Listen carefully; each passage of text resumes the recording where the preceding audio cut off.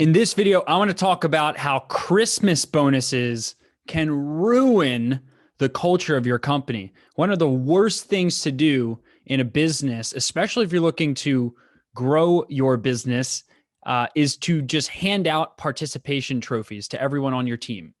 There's this commonly understood concept that it's like you have to reward people for how long they've been working at your company, or people you've been working with, deserve some form of appreciation for, keeping a seat warm in your company and, basically tagging along for the ride. Right. And I know when I started SMB Team, when we were a small company, when we were a smaller company, I would give Christmas bonuses. And it was so fascinating to see people's responses to a Christmas bonus, right? You, as the owner of a business, you give out your first Christmas bonus. And to you, it feels crazy the first time you do it. Like, to give up thousands of dollars for a Christmas bonus sounds insane, right?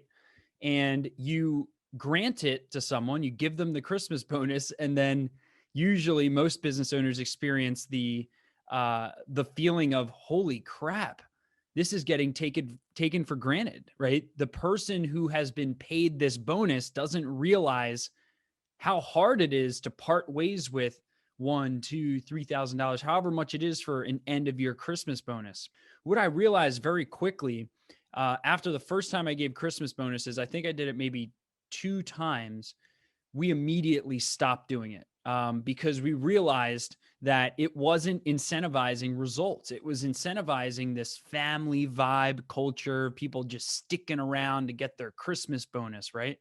And it wasn't tied to results. So the way we solved this at our company is we started tying bonuses to meaningful outcomes in the business. So if we wanted to get to, 195 consultation requests in a quarter, for example, we rolled out a quarterly bonus incentive system. And it took a little bit of thinking, right? We had the reverse engineer, like, all right, what are the most important numbers to incentivize? Okay, if I pay X bonus for this number getting hit, what ROI am I going to see from paying that bonus, right? So that you can be less fearful about giving quarterly rock or quarterly goal based bonuses. You can be less fearful handing them out because there's an ROI tied to it.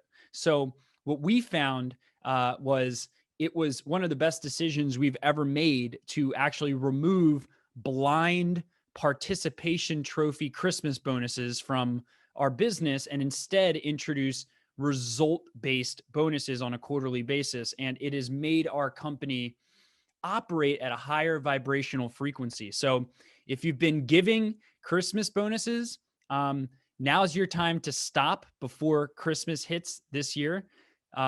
Stop that madness while you can. And instead, what I would do, while you have time, is I would write out what are the meaningful outcomes that I want to reach before the end of this year or maybe the beginning of next year.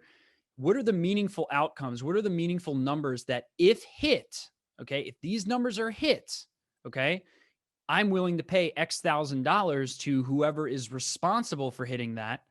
No problem, because I know that it will produce ROI X, ROI Y, ROI Z. So that's why, we have eliminated Christmas bonuses at our company. And the best way to do it is to just set really crystal clear goals and then to communicate to your team that, instead of just handing out blind bonuses to everyone on the team, we thought it was unfair to do that, especially to people who perform or overperform. Okay. And that's why we rolled out a more elaborate bonus system for you, team member X. And usually you're not going to receive any weird feelings from that because it makes absolute logical sense. It's tied to a result, and the high performers are going to love it because they're going to get a bigger bonus than the blanket bonus that other people would get for just sticking around at your company year after year. So I hope that's helpful. Don't incentivize participation. We are in way too competitive of an economy to go out and hand out participation trophies.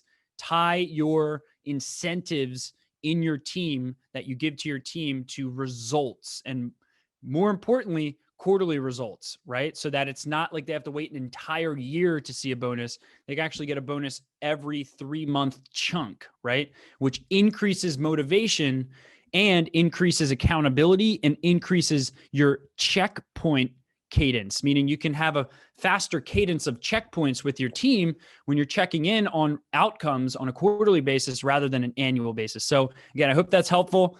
One last tip would be also make the payment fast. Don't wait like 3 months to pay out a bonus from last quarter. Try to pay it on the next pay period so that the reward is aligned with the time period in which the reward was produced and earned. Okay. So make a results-based culture, and I will see you in the next video. Make sure to subscribe to the SMB Team's YouTube channel to get real-time updates. We're going to be doing more videos like this.